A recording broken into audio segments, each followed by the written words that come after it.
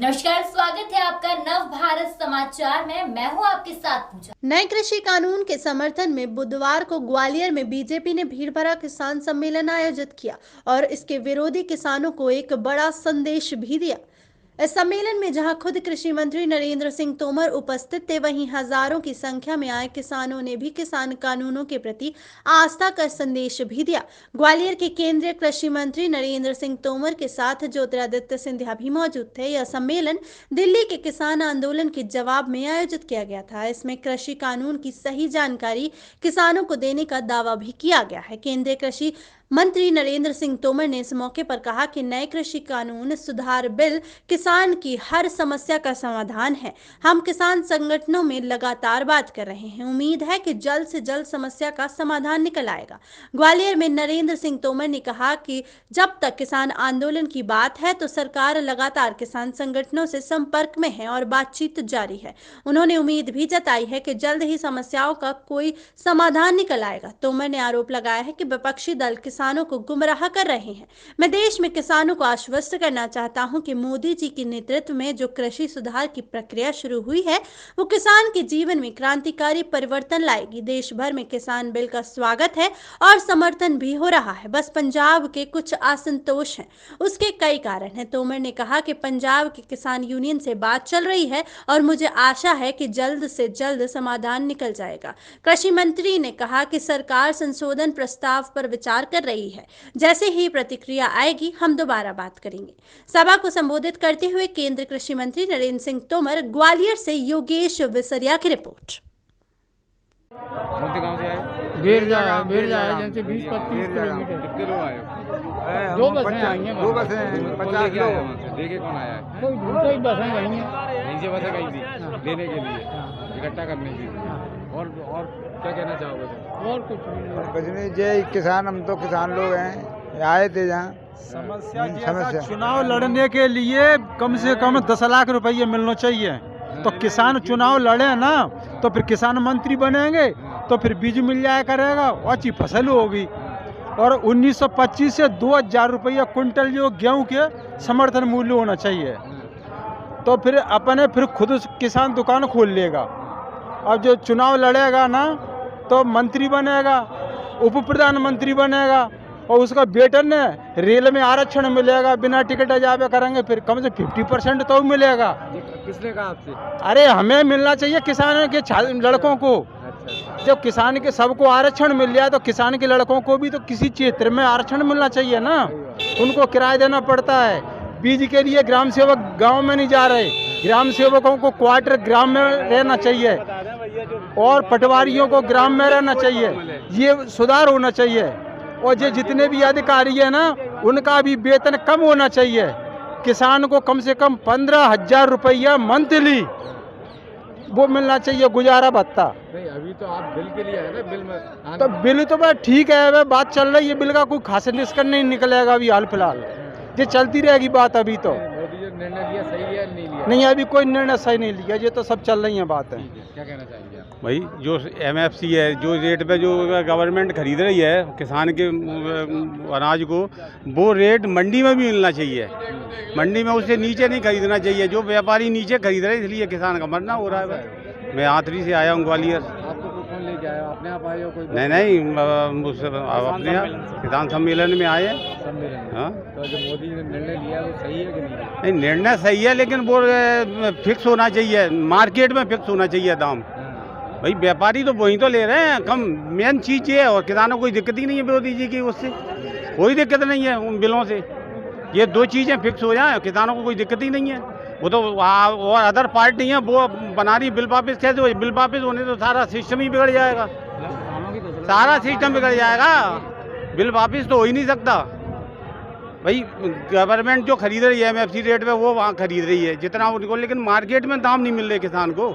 आज गेहूँ 1400 रुपये कुंटल है। गवर्नमेंट खरीद रही है उसी रेट पर।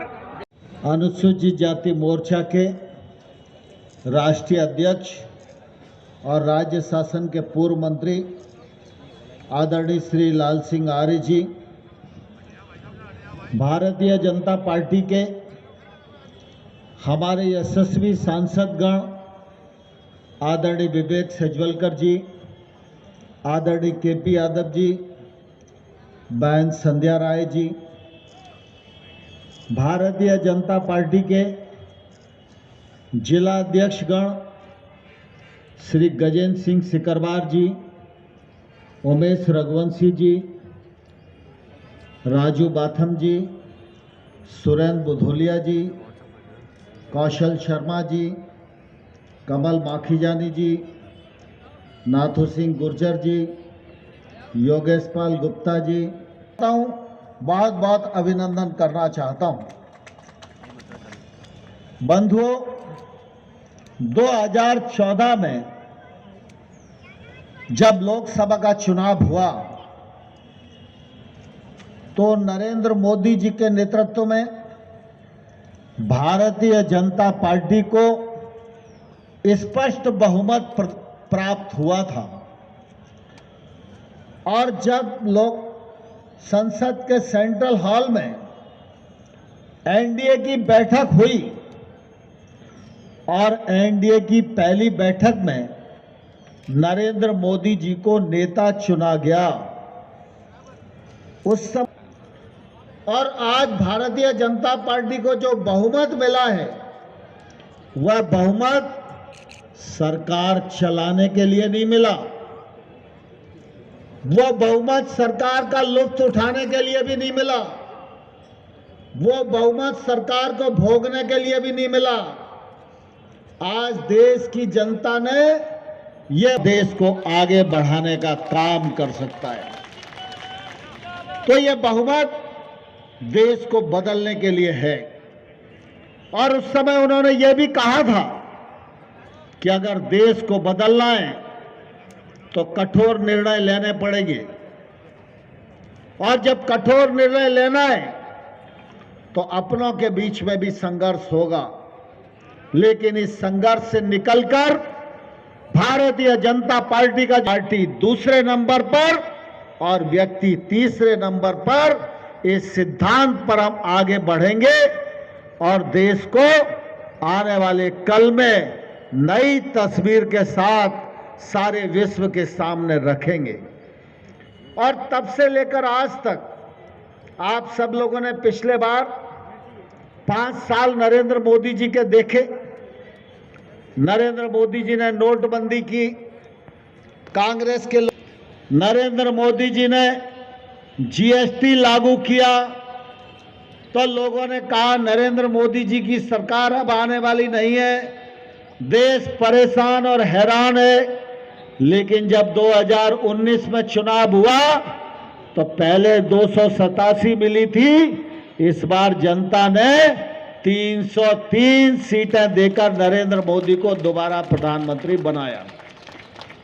हम सब जानते हैं और हम सब इस बात के साक्षी हैं कि गांव की आत की वो सफल नहीं हुए। अंग्रेज भी आए, 250 साल तक हमारे गांव का ताना बाना तोड़ने का उन्होंने प्रयास किया, वो सफल नहीं हुए। और देश में, लेकिन उस आर्थिक संकट में भी हमारी कृषि की अर्थव्यवस्था ने देश को सीना तानकर खड़े रहने में मदद दी। अभी आपने देखा कोरोना का संकट आया, देश के सारे कल कारखाने बंद हो गए, देश की सारी अर्थव्यवस्था ठप हो गई, सब क्षेत्रों में जीडीपी गिर गया, देश में ही नहीं सारी दुनिया में संकट आया। लेकिन जब लॉकडाउन हुआ तो किसान की फसल कटाई के लिए खड़ी थी, किसान ने कटाई का काम पूरा किया, किसान ने फसल के उपार्जन का काम पूरा किया, किसान ने ग्रीष्म ऋतु की फसलें गत वर्ष की तुलना में अधिक बोई, खरीफ की फसलों का रकबा गत वर्ष से अधिक बुआई में हुआ, और उसके बाद हमने देखा खरीफ की बम्पर पैदावार हुई। और आज खेती का जो जीडीपी है वो लगातार अच्छी अवस्था। अभी के लिए बस इतना ही। लगातार ताजा तरीन खबरों के लिए आप बने रहिए हमारे साथ। नमस्कार।